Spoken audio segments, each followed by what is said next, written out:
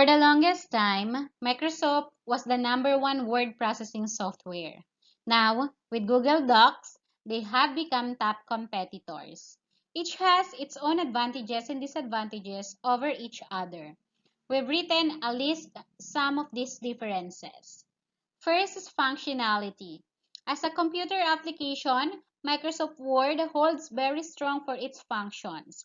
For example, Microsoft Word has more access to the table formatting, fonts, templates, and PDF editing. Yet, Google Docs offers a variety of similar functions that can be added through add-ons. If you're not happy with the default templates provided, you can search the GSET Marketplace. In particular, the marketplace offers extra templates. As far as functionality goes, if you only need simple features, a free Google account is more than enough. Even if you are missing a feature in Google Docs that you would normally have in Word. Google Suite or G Suite Marketplace is great to find something similar. Collaboration. A Google account has Microsoft Meet for collaboration. Within the same Google Doc, a total of up to 100 users that you share the document with can make edits. Doing so is in real time, unlike Microsoft Word, where you have to send the document to one person at a time. Google Docs makes it super easy to collaborate with your team members.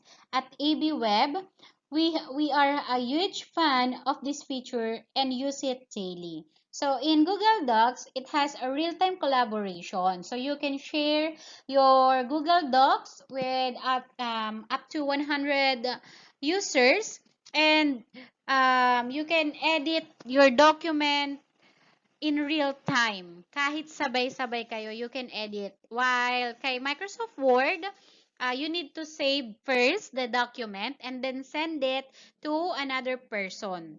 So in terms of collaboration, Google Docs is the best. Access. As long as you know your Google account credentials, you can log in into any device like phone, tablet, computer, etc. connected to the internet and access your Google Docs. If you are using Microsoft Word, you would have to save your document either on a device or on some other storage.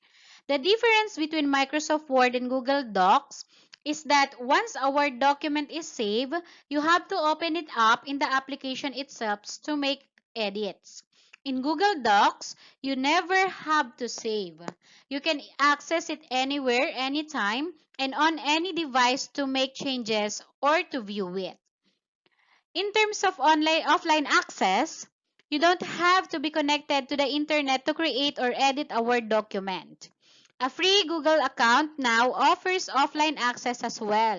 Before, you had to have a GSET business account to do so. So for now, in accessibility, Google Docs can access we can access Google Docs if we are online or offline now. So if you have to make edits with your Google Docs, you can just simply log in your Google account and go to Google Docs, and you can find your documents there. Then you can simply edit it. While in Microsoft Word, you need to save your document, and you need to open it using a Microsoft Word itself. So you cannot open or edit the Microsoft Word document if you do not have any Microsoft Office in your mobile. In your mobile, you need to open it in laptop. While Google Docs, even if you are using mobile phones, tablets, you can open your document. Interface. As mentioned before, Microsoft Word has access to a lot more functionalities than Google Docs. When looking at the interface in Word, you can see all the functionalities in tabs. For new users, this can be confusing to navigate. Google Docs interface is very easy to go through and keeps it all in one tab. Depending on what you're looking in a word processor, you may go with Word for its advanced functions. For new users, Google Docs is a great start. So, if you are looking for doing a Word document only, you can use Google Docs for you to be able to create it easily. While in Microsoft Word, it has offer a lot of functionalities in tabs. You can edit your document. You can create creative Word document.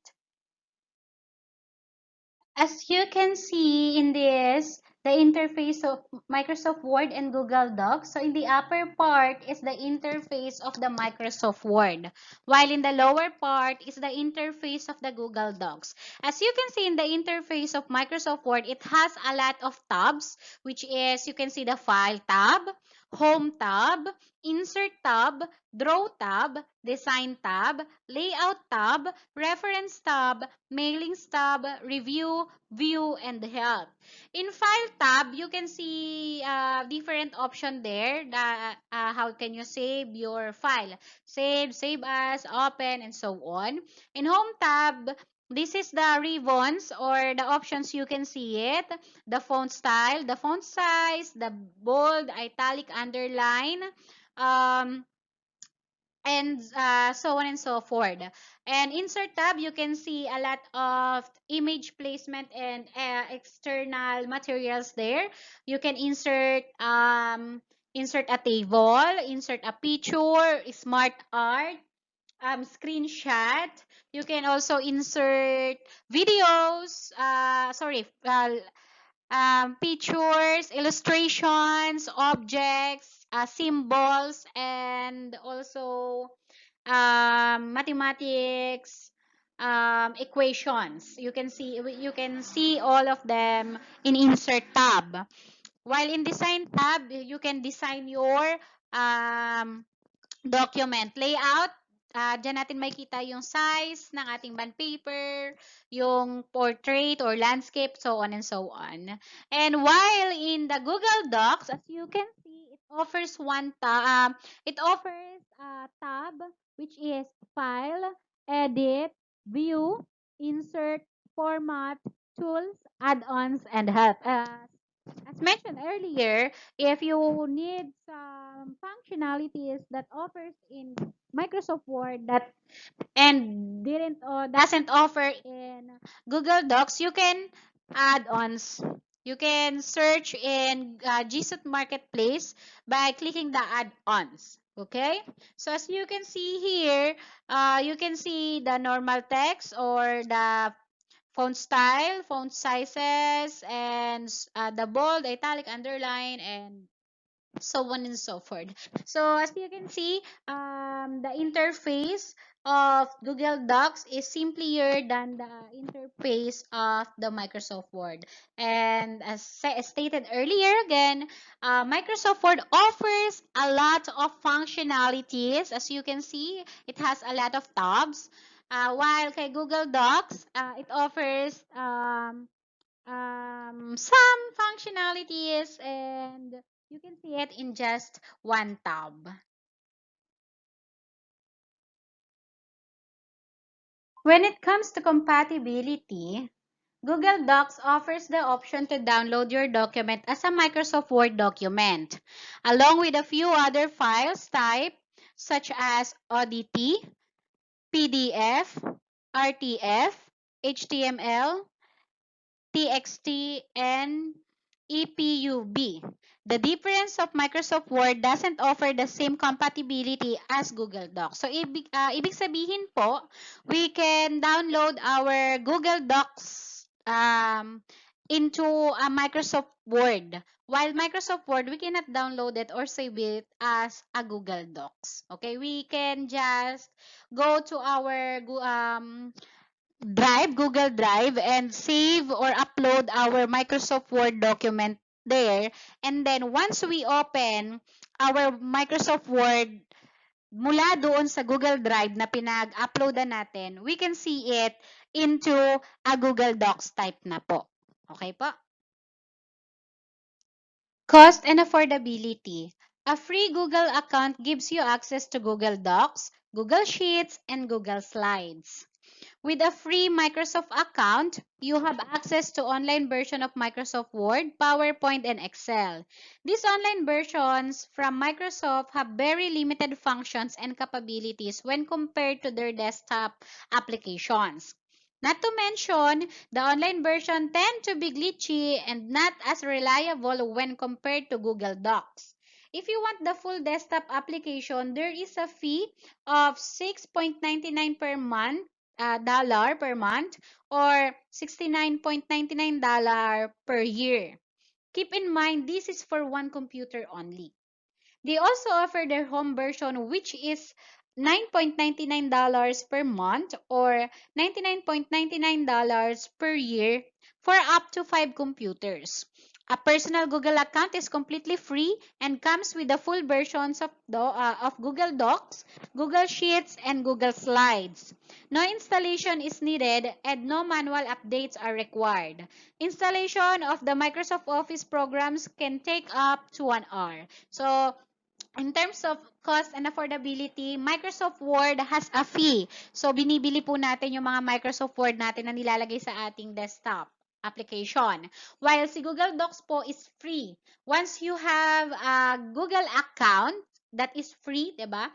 Free Google account, you can access a free Google Docs, also Google Sheets and Google Slide na mapag-aaralan pa natin sa mga susunod na discussion. Summarize the key differences of MS Word to Google Docs. So first, a free Google account offers to the full version of its programs, unlike Microsoft Word, where a subscription is required full version. So, ibig sabihin si Google account ay free, while si Microsoft Word is kailangan nating magbayad if we want to get the full version.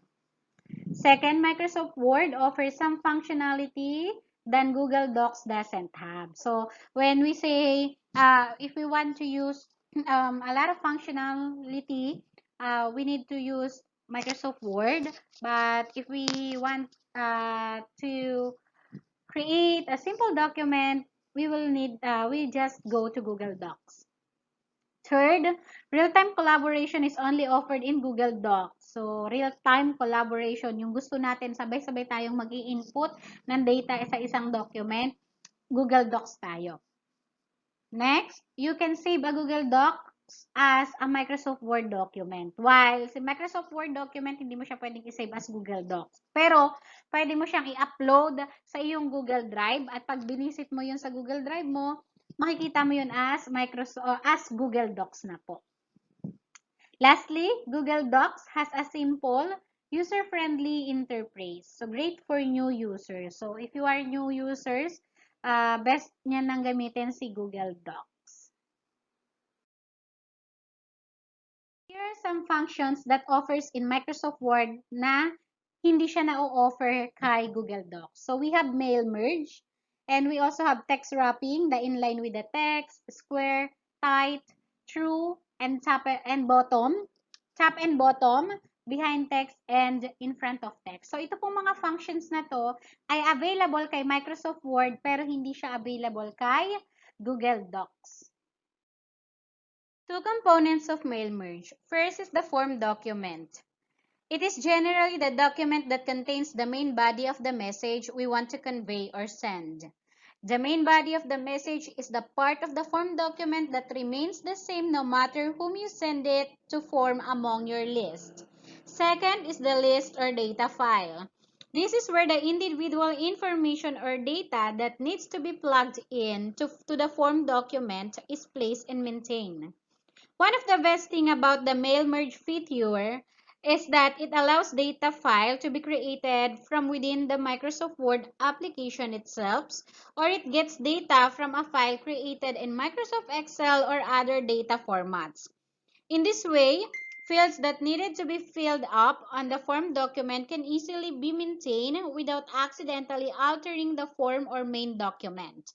You can easily add, remove, modify, or extract your data more efficiently by using other data management applications like Excel or Access and import them in Word during the mail merge process. You can see the video lesson on steps in creating simple mail merge in the description below. In practice, inserting an image or any other material in your document is quite easy, especially if the material already exists in your local storage device. It is just a matter of opening up the image file through the Microsoft Word dialog box or wizard. Sometimes, if the image you would like to insert is on a web page currently displayed on your screen, it could be copied and pasted. The real challenge is where to put the image you inserted or where to move it. In this part of the lesson, we will study the different characteristics of text wrapping options that you can use with the image you integrated in your document. Integrating images and external materials. So we have different kinds of materials here na makikita po natin dito sa ating insert tab. Okay? When we click the insert tab, marami po tayong makikita dito. For example, we have here a table if you want to insert a table, a cover page, blank page, page break. And we have also a picture if we want to insert a picture. Merong device, stock image, and online pictures. Then we have shapes here, different shapes na pwede nating magamit if we are creating a document, pampaganda, para mas maging, for example, we are creating infographics and so on and so forth. Icons, 3D models, ayan. If we want to insert a 3D models, ayan, may iba't iba doon. Smart art, kung gusto natin na nakafix na, for example, gagawa tayo ng pinagawa tayo ni teacher ng process, yung mga process, step-by-step process. So, marami yan iba. So, meron yang parang list, process, yan, ito kapag process. Kung cycles ang papagawa sa atin, pwede na rin tayo pumili dito. Hierarchy, kung organizational chart gusto ipagawa ni teacher, relationship, kung ano yung relationship ng dalawang bagay na pinagko-compare, matrix, pyramid, picture, and office.com. So, kapag, picture, kung gusto mo maglagay ng mga picture. So, yan na po. Smart art po gamitin natin para hindi na rin tayo mahirapan mag-add-add ng images. So, pero kung hindi naman kakasya yung images or yung bilang ng smart art, pwede naman tayo mag-add up. So, charts. Ayan, we have different charts din po dito. Ayan, so line chart, pie chart, bar chart, and so on and so forth. Kung pinaggagawa tayo sa ating science and mathematics, mga line graphs. And also, kapag magagamit nyo rin po ito kapag, by the way, sa research naman, kapag kayo ay may ginawa sa, pag gumawa tayo ng charts, idadirect niya tayo sa ating Microsoft Excel para doon siya mag-aano ng data. Then we have a screenshot, reuse files, and so on and so forth. So, dito lang tayo magpo-focus sa ating integrating materials. Okay? So, dito tayo sa image placement. So, di ba, marami tayong iba't ibang choices sa image placement. For example, magta-type muna tayo ng blah blah blah dito. So, para lang makikita natin kung paano tayo mag-i-image placement. So, hindi na ako magta-type ng kung ano-anong mga, para hindi tayo mahirapan. So, damihan lang natin yung mga tina-type natin. Ayan. So, para lang maipakita natin yung ating iba't ibang mga image placement na alam ko naman na alam nyo na. But then, magagamit natin kasi ito para malaman natin kung ano ba saan ba mas babagay yung ganitong image placement yung, 'di ba? Ano ba yung mga image placement na tinatawag natin? So, yun po yung mga inline with the text, square, tight, true, and top and bottom, behind text, and in front of the text. Okay? So, yun po. So, for example, ito na po yung ating letters. So, mag-i-insert ako ngayon ng isang sabihin na natin sigurong picture na lang. Yan. So, picture in this device, kapag nasa device mo yung picture. So, yes, I have different pictures here. So, ito, for example, insert. So, malaki siya. Liitan lang natin. So, mapapansin ninyo, every time na mag-i-insert tayo ng picture, may lumalabas po na ganito. Ito po yung ating image placement na layout. Ito yung icon. Pwede rin naman po dito wrap text. Okay? So, liitan natin para mas makita natin. Okay. So, yan po. So, in line with the text. Kapag ang text wrapping natin is in line with the text, ibig sabihin po pag in line with the text, ito po yung default setting kapag nag-i-insert tayo ng mga images. So, ibig sabihin in line, naka-inline lang siya dun sa text. Okay? Na mapapansin natin, this setting is usually used when you need to place your image at the beginning of a paragraph. Okay? When placed between text in a paragraph or sentence, it distorts the overall appearance of the arrangement. So, ito ay karaniwang ginagamit kapag gusto natin yung ating image ay nandun siya nagsisimula sa ating letter. So, kalimitan kapag we want to explain something or what. And, we have also the square. Kapag square naman po, yun, dun siya magsisimula. So, kung dadamihan natin yan, kung gusto rin natin i-explain kung ano yung nasa image, ayan, makikita natin na ano lang siya sa side nung ating letters. So, yun po yung square. Siya naman po ay, this setting allows the image you insert to be placed anywhere within the paragraph with the text going around the image in a square pattern like a frame. So, for example, ito yung nasa simula. Pwede rin natin siya dyan igitna. Okay? So, mapapansin natin may mga text tayo, may mga images tayo na nandyan. So, yan po ay square. So, kapag tight naman po, wala siya masyadong pagkakaiba kay square. Kumbaga parang ididikit lang niya ng maigi yung kanyang, image dun sa letters na ginawa mo, na tinype mo. Okay? So, this is almost the same as the square setting. Then, we also have true. Si true po, these settings allows the text on your document to flow even tighter, taking the contours of the shape and image. Again, this can be best used with a GIF or PNG type of file. So, same lang din siya. Si true po, same as tight, na mas tinatighten niya pa yung dikit ni image dun sa letter mo. Okay? And we also have the top and bottom if we want our text to be on the top or on the bottom. So, yun po. Top and bottom. Ayan. So, tataas lang siya or bababa. And we also have the behind text. Ito pong behind text, ginagamit po ito kung gusto natin gawing background yung ating image. Okay? So, pansinin mo, napunta siya sa may likod. If we want to create the image into our background. And lastly, we have in front of the text. So, syempre ito, matatabunan yung text. Okay? So, pag in front of the text, ginamit natin, karaniwan, matatabunan niya yung text na tinype mo. So, ito ay karaniwang ginagamit, for example, if you don't want to rearrange, parang ayaw mo nang masira yung letters mo, gamitin mo yung in front of the text. Kapag i-move mo lang yung mga, gusto mong i-move yung iyong image. Kasi in front of text, pwede siya mapunta kahit saan. Okay, na hindi magugulo yung iyong letter, yung nakasulat sa iyong word. Even the behind text, yun naman din ay ginagamit para din ganun, hindi rin siya magulo. And also, yun nga, for background purposes. So, yun po yung ating iba't ibang type of image placement.